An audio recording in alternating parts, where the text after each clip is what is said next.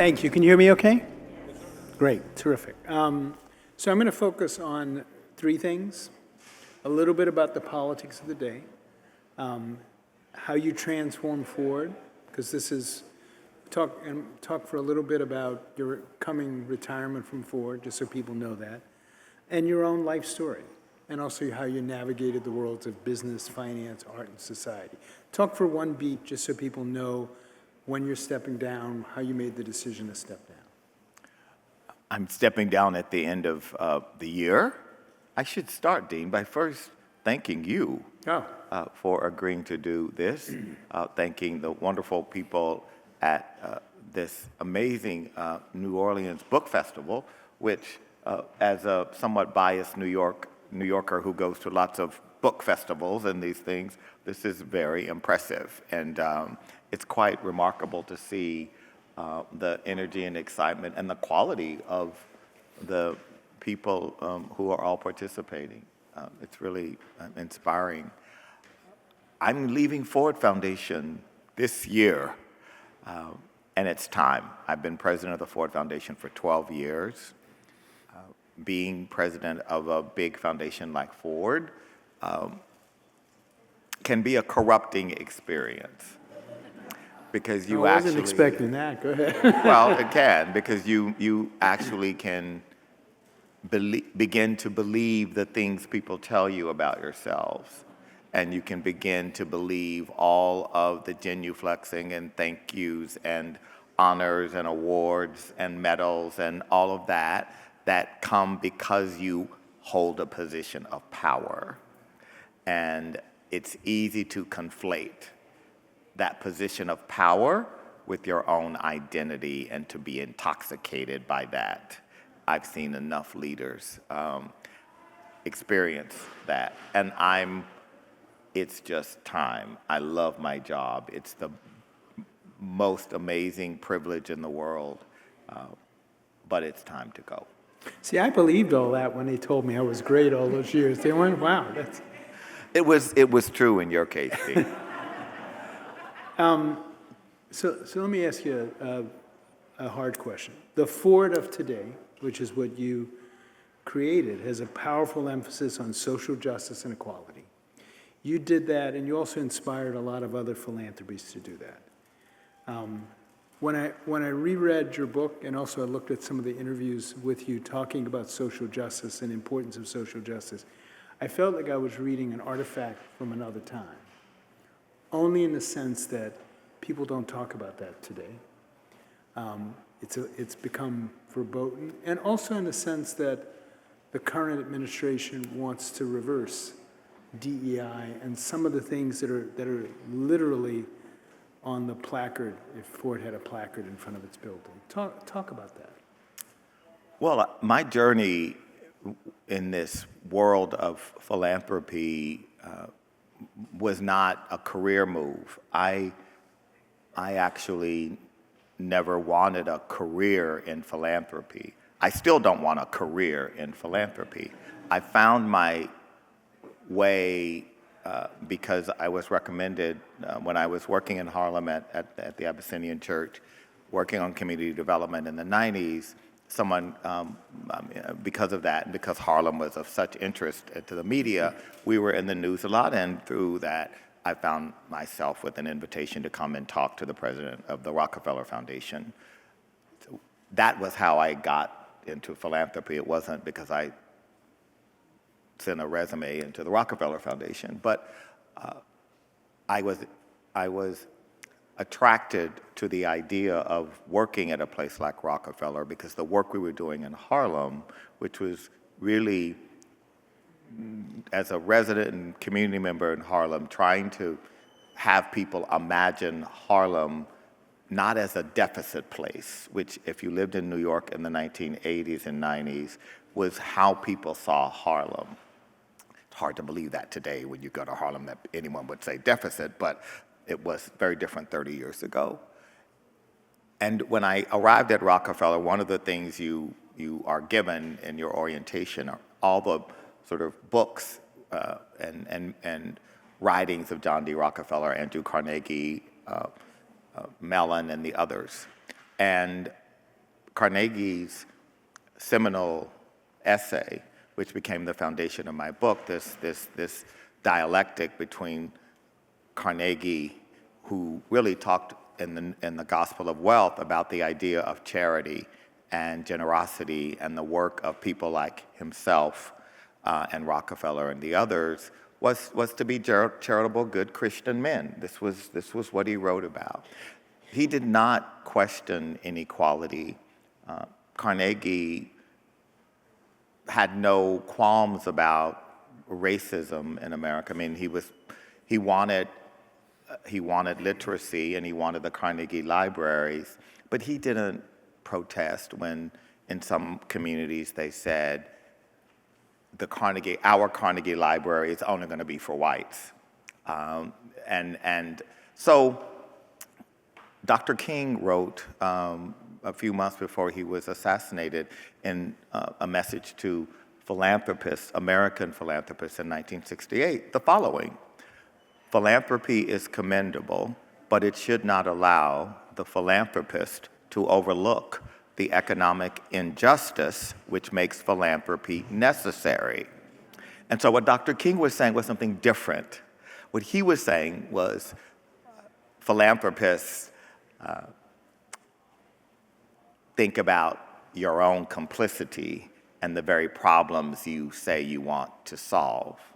And so what he was saying to Carnegie was, it's not enough to be generous or to be a good Christian man, as Carnegie would write.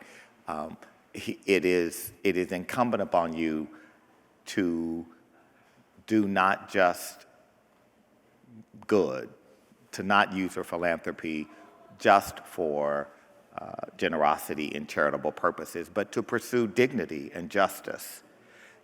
And that is what inspired me, and that was what inspired my book. But I guess the question for today, though, is this administration not only doesn't believe in DEI, it even wants to take on private institutions like philanthropies, law firms, universities that support DEI. And even today, they made it clear that they're going to ask questions about the African American History Museum in Washington. So let me just say first, my book is not about DEI. Right. My book centers diversity. Right. I have purposely been very clear, okay, you all don't know me, but I can only be frank. And I mean, I have been very clear. I'm not going to fall on the sword on DEI. I mean, DEI happened in a moment of George Floyd and what came out of that, and a group of some academics, some activists coming together, creating what we now know as DEI. I am interested in a shared understanding and aspiration and agreement that we, in this democracy, value diversity. So if we actually, in this country today, are unable, with people from over 150 nations, the numbers of language spoken, the colors of the hues in this room, are unable to say, as Americans, we value diversity. Mm-hmm. And we think that is a wonderful thing about our country. That's not about DEI. You're not going to get me in a corner to debate DEI.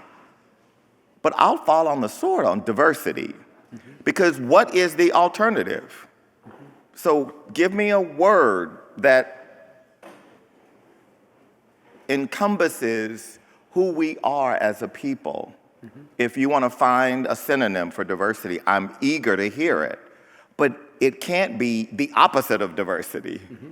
right? So the word can't be the opposite of diversity. And I think that's the discourse I'm interested in. And on the question of the state of our country, I'm actually most interested in understanding why the state of the country.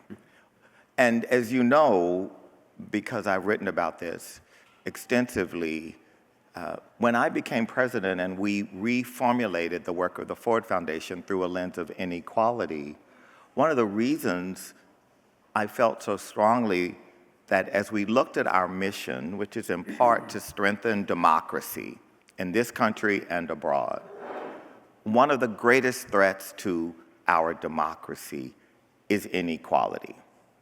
Because the research on countries, on places where inequality foments and spreads is that the citizenry in those places become more cynical, less trusting of institutions, more willing to be vulnerable to authoritarian ideas and anti-democratic ideas, less empathetic as a society, less generous to each other as citizens, and find a need to blame others for their situation, their status, their predicament, their precariousness. And I think that to me, and the really stark thing for me in that new analysis for the Ford Foundation was that for the first time, because of growing economic inequality in this country, we have a downwardly mobile population of white Americans. We have never in the history of America had a generation of downwardly mobile white Americans. Even during the Depression, there was a period, but the war and the economic and the swiftly changed that trend. And in fact, that very population became the greatest winners of the GI Bill and all of the things that came out of that. And the implication for our politics and our democracy are very different than poverty, which was what we worked on before, which is still a part of the analysis. Right. But poverty, again, just totally candidly, poverty is not going to destroy our democracy. Our democracy was existing for 200 years and we had poverty and it went up and down, but poverty was not the threat to our democracy. Inequality and what is happening economically is a threat to our democracy because it will contribute to the kind of just general precarity that everyone feels, except people like us. I don't feel precarious. I have lived with privilege and I have lived without privilege. And there is a big difference. There is a big difference in the way I used to live, worried, my poor mother worried about her car being repossessed, eviction notices on our door coming home from school, the way I grew up and the way I live now with a private banker and a whole different kind of world. It's a real difference, people. And many people know that. Because when I was growing up, I couldn't see how rich people lived other than in my little town. I mean, you know. But today, because the rich are often so eager to project Instagram, through all the places, social media, if you're not rich or you feel dispossessed and left behind, the ability to see it right in front of you on just a constant stream, and I can only imagine that has to generate a lot of resentment. Rightly. Do you think that what you just described animated your era at Ford?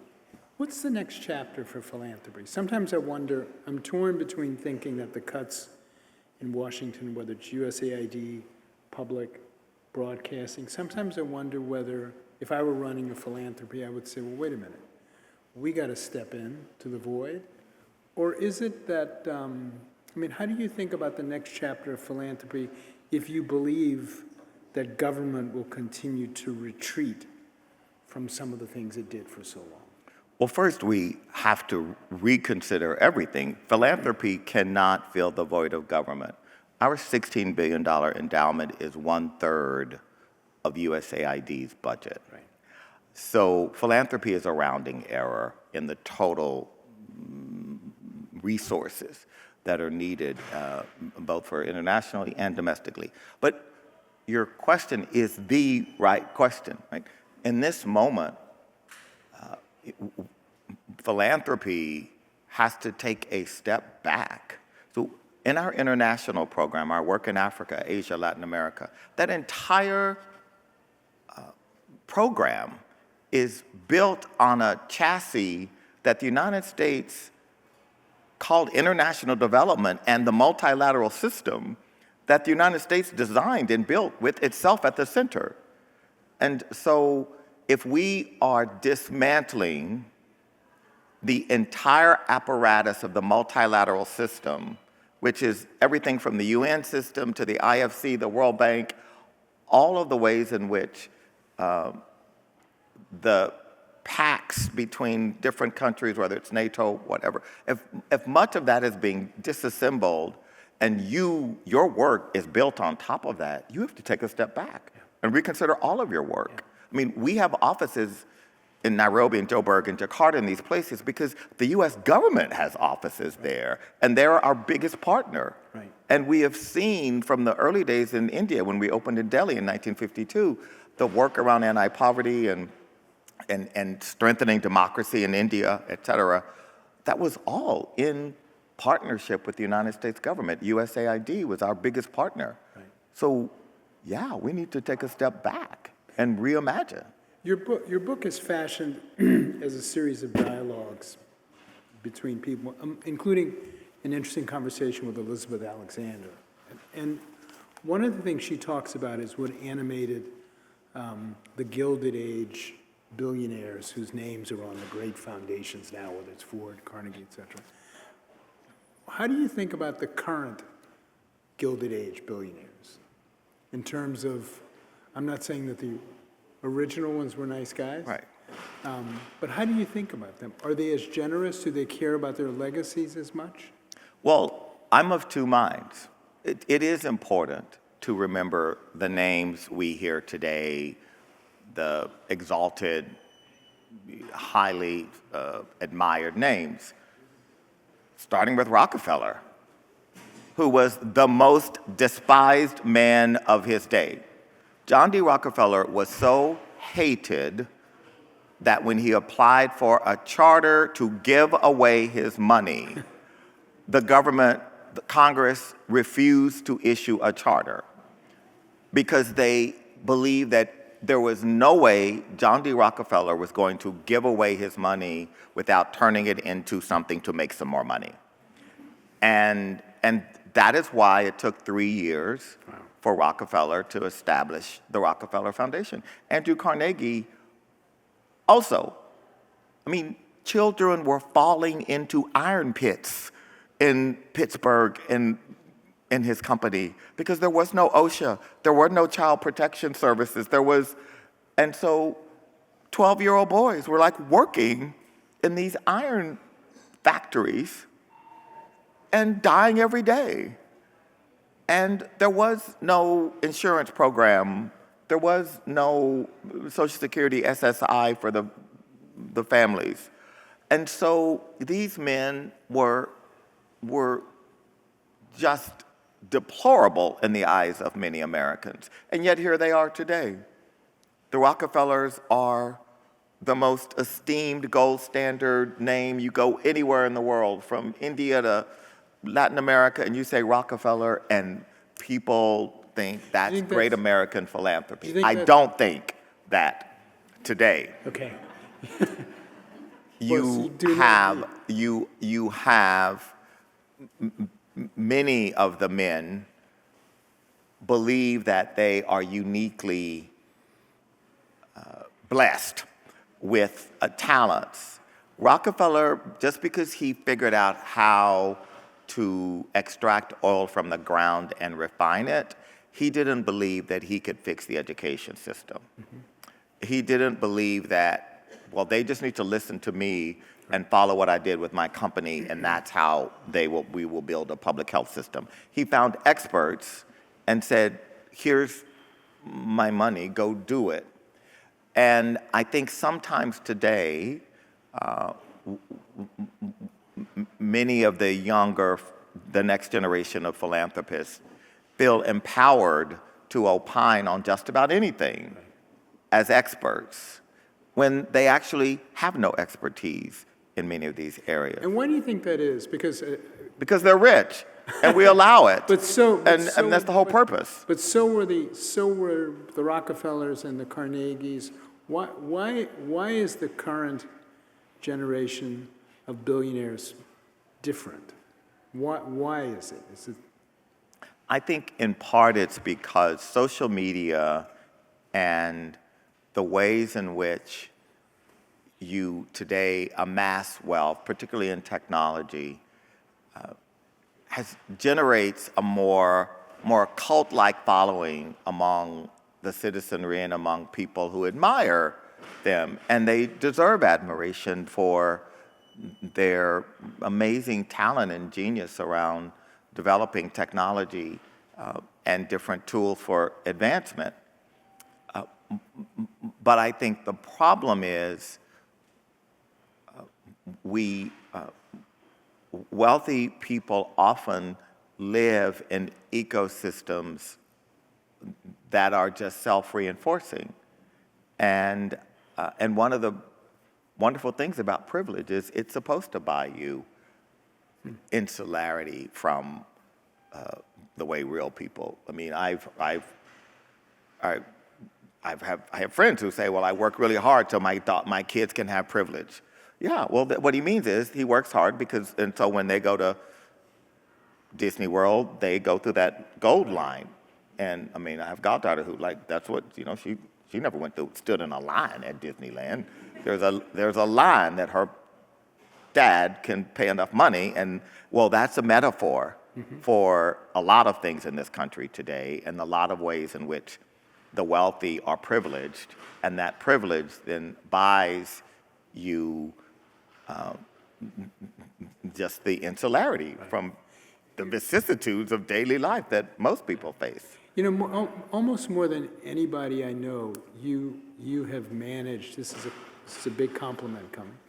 You have managed to live in a world of privilege. How could you not? You run one of the most important social institutions in the country, but also talk openly about privilege, the need for people who don't have privilege. I mean, the need for people to help people who don't have privilege.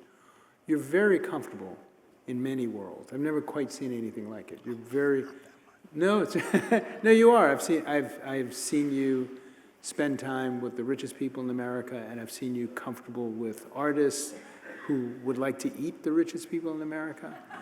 And I've never seen anybody who moves so easily among those worlds. How is that? Well, I think it's because of proximity. One of the things I find in our world in New York is people, first of all, just admit, we live in a bubble. We absolutely live in a bubble. If you live in the world we live in New York, or in LA, it's a complete bubble. Even though we're right here on this little island that is diverse and all of those things, you live in a bubble. And I see that, and it's why it is so important to do all we can to remain proximate, meaning proximate to reality, right? So we know people in New York who haven't taken the subway in 20 years, and so when they hear stories about what's happening on the subway, but for me, staying proximate, my cousin in rural Louisiana, he has one dream. It is to have a double wide. It is his dream, and it is hard to make that happen when you are a working class black man in rural Louisiana. And I am helping him, and it's going to happen. But my point is, staying proximate to his journey is much more beneficial for me than it is for him. Is that hard to do?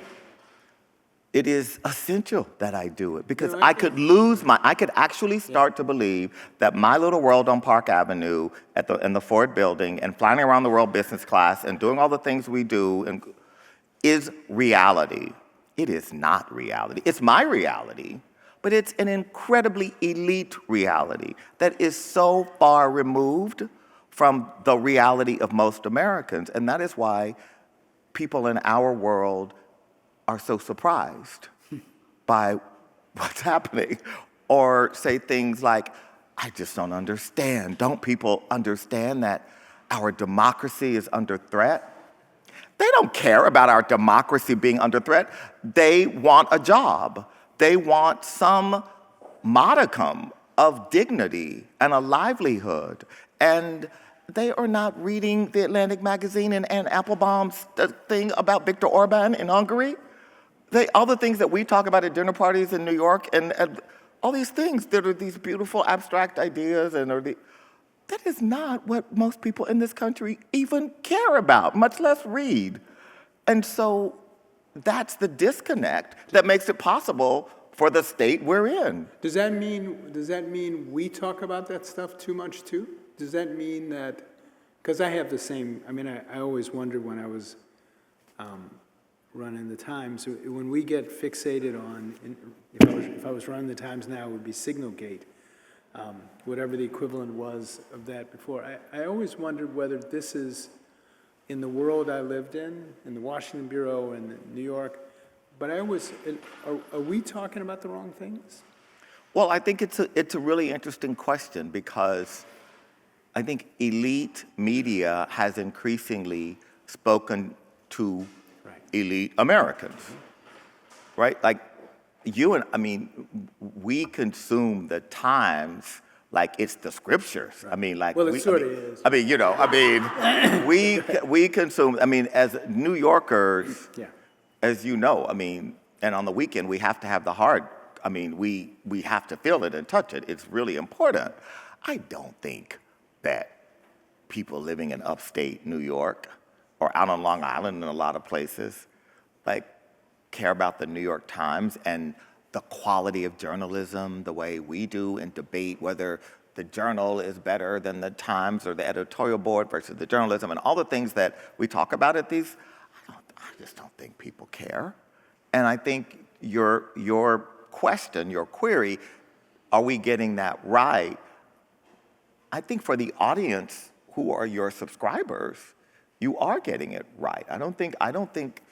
I think the question is, how do we think about news and information, which you are clearly very engaged in local places where they're not going to be reading the New York Times? What does news and information look like in those communities, so that they don't become more vulnerable to misinformation, disinformation, which they are already primed for, because they are looking for reasons for why they are in the situation they're in. Right.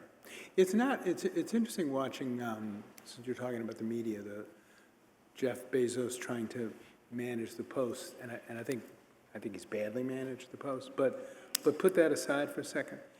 He's not wrong about one thing. It is not healthy for the democracy that the handful of greatest news organizations in the world have appealed to very elite audiences. If you looked at the audience of the New York Times, the Washington Post, I'm talking about the national media, Times, Post, Journal, maybe less so because of the editorial page, the Atlantic, the New Yorker, they're consumed by a slice of America. And when I hear you talk about that whether it's your cousins double wide or people who just want something different from the world, how are we supposed to address those? And I don't just mean the media. I mean leaders of institutions. How are we supposed to have conversations with those people, which to me feels like the big hole missing in the country in a way, and why the country's moving along two tracks. You have thoughts about that? I have none. I don't know. I think about the kind of necessity of building bridges, more need for building bridges. And I think about our own culpability in the challenge of building bridges. And I wrote about this in the Times last 4th of July because they asked me to write a piece about 4th of July.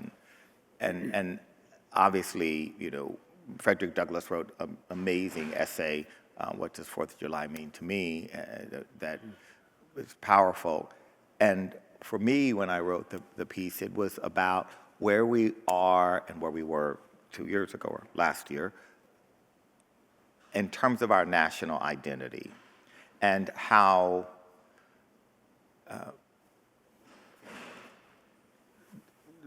to acknowledge that in some ways we have over-indexed for our personal identity. So I am Black and gay. And for a lot of people, when you say identity, that's what it means. And what I wrote about was how the aspiration to be proud and to exalt our own status, because in both of those, there was a time when both of those were degraded ideas, right? So being Black was not something that we exerted with pride in a way. Being gay was something to be in a closet about. So of course, coming to grips with pride and power associated with that and that identity. But I think we probably have over-indexed because we've not paid enough attention to the American identity. And what I wrote about in the piece was how, yes, I'm Black, yes, I'm gay, those identities are important, but the most important identity is that I'm an American, and that is what binds us all together as a people, and that we need to tend to that identity, and we have underinvested in that identity. And it wasn't meant to indict the idea of racial pride, for example, because of the history of this country. I think it's appropriate that Black people, that we have pride in our journey and how far and how resilient we have been. And the same thing is around the gay identity and advances and the struggle and the importance of it being no longer having to be ashamed of that. But I worry that we have lost the sense of American identity, and that we progressives, and I proudly am a progressive, we progressives have yielded and ceded things that are about American identity, and I write about this in the piece. We progressives, we gave away the flag, we gave away patriotism, we said, take it. Faith, religion, take it. And people did take it and turned it into what they see as American faith, American patriotism. And I think we progressives and we who want to see a more inclusive America have to not just give that away and give it up. Talk about running a big institution, a big diverse institution, at a moment, and I guess I'm talking about post George Floyd into COVID, and all of the tensions and the debates. I mean, I certainly had this experience too. Younger people who wanted something different. You said what you just said about American pride.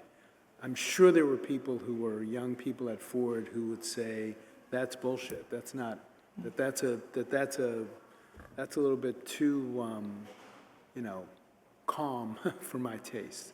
Talk about managing and leading an institution like that when you were running the Ford. Well, there's no doubt that there's never been a time that it is harder for a leader to manage an institution.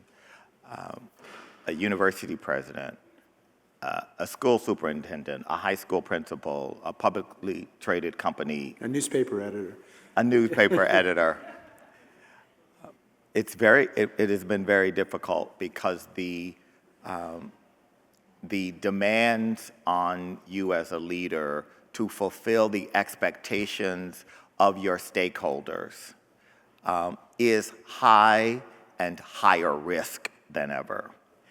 And it is particularly hard when among your stakeholders are people who have very divergent views about what your priorities are. So if you're a university president, and this has been this way certainly since George Floyd was murdered, you could have a meeting with a group of alumni who say, A, do this, and an hour later have a meeting with a group of faculty who say, do the opposite.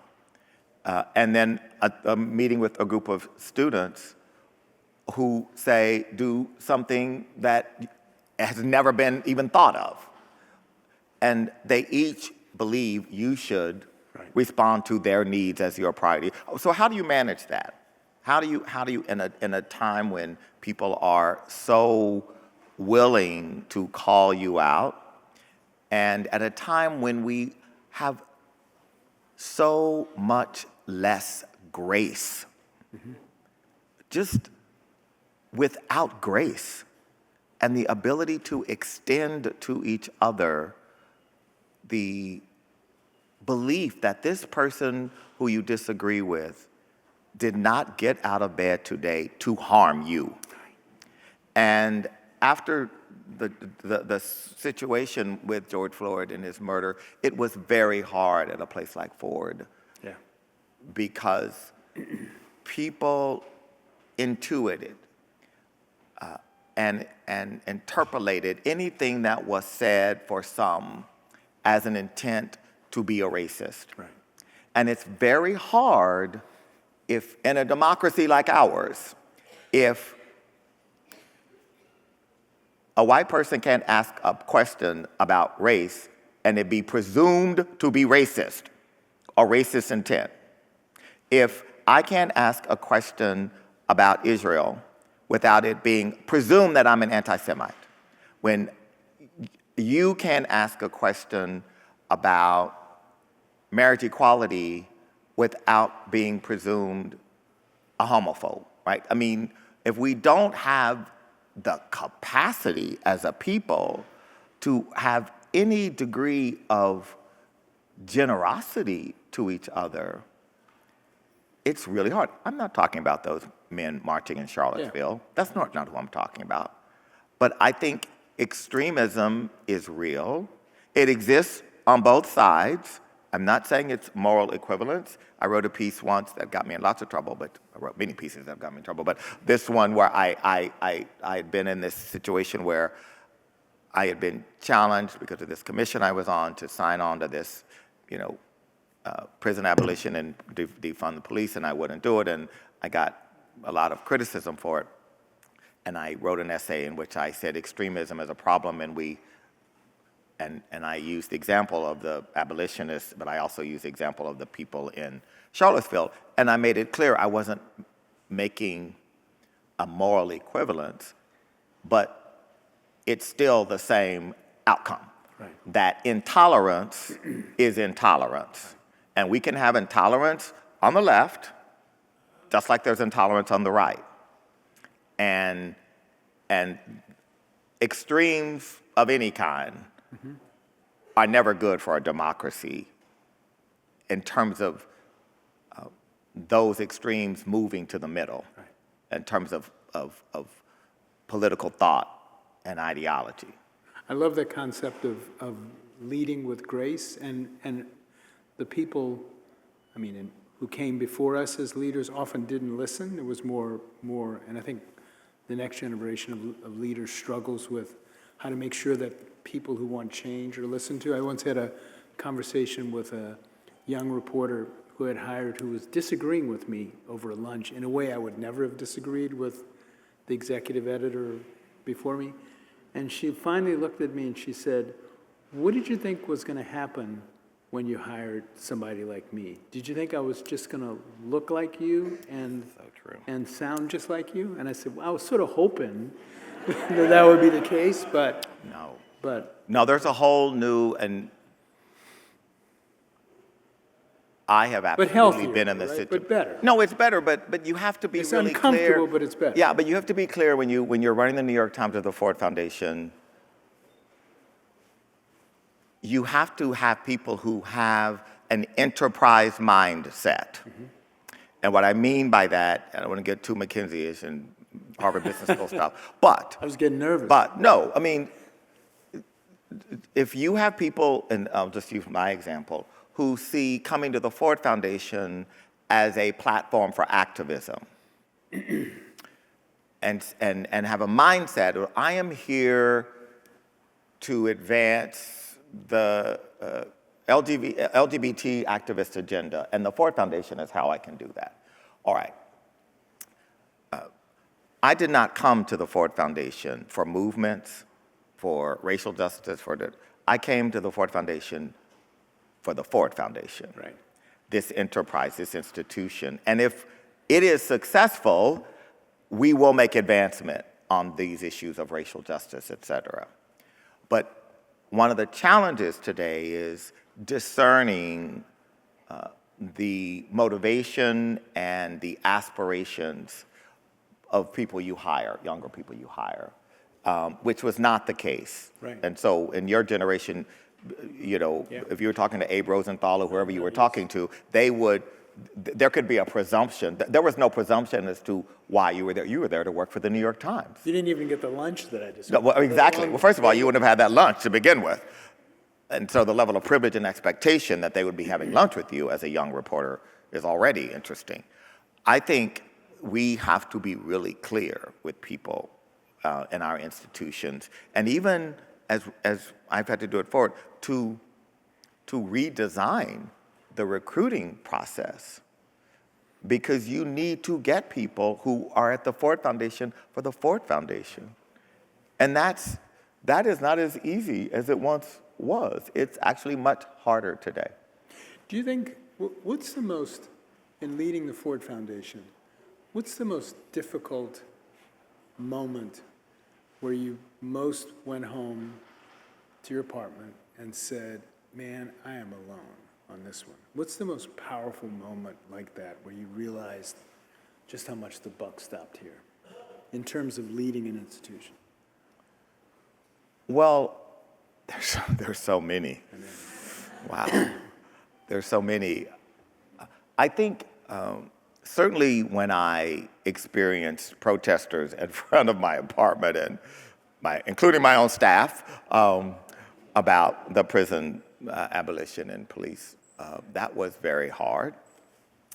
I think when I wrote an essay that some deemed too pro-Israel after October 7th, definitely when, I think when I had to deal with a lot of the COVID challenge of having people come back to the office and just a lot of the pushback. Yeah. Those were all tough moments. But it's a privilege. It's a total privilege, right? I think for any of us who live in the spaces we live in, and it's true, people complain about how hard it is and whatever, but, we're pretty privileged. Yeah. And I'm not saying we don't, I used to think before, I am where I am, I used to think, well, how hard can it be? You have this big job, you get paid a lot of money, how hard can it be? And it is hard. Right. And you earn the money. It is very challenging work. But I should also say, just on your point about the thing that young people I think our generation, we were deeply connected to standing on the shoulders of others in ways both real and abstract, right? I always thought of myself as standing on the shoulders of Fannie Lou Hamer, and Ida B. Wells and Langston Hughes and James Baldwin. My own sort of arc of my identity is deeply rooted in their identities and their struggles, and how hard they worked to make it possible for you to be head of the New York Times and me to be head of the Ford Foundation. They couldn't have dreamed, right? And so that's what will motivate me. And that is what today, when I hear people say, well, how do you stay optimistic? How do you stay hopeful, And you just think about those ancestors and how hopeful. I mean, Fannie Lou Hamer walked those dirt roads in Mississippi holding the American flag. They could not take that American flag from her. Beaten, forcibly sterilized, all the horrible things that they did to that woman, and you could not take that flag out of her hand because she believed. She believed. And I just think about that. I think about Langston Hughes, his great poem, Let America Be America Again. And the first stanza, let America be America again. America never was America to me. And he is expressing his outrage at being a black, closeted gay man in Harlem in the 1930s, unable to find a job, and writing this beautiful poetry. And yet, he ends that poem, the last stanza, but oh yes, someday America will be. He was hopeful, even though he was enraged at his status and his second-class citizenship and the mockery that was made of the American Constitution and manifest in his life. But he was hopeful. And so when I think about some of the days when I feel a little hopeless or dejected or depressed, I just think about them and go, get your ass out of bed in your nice apartment.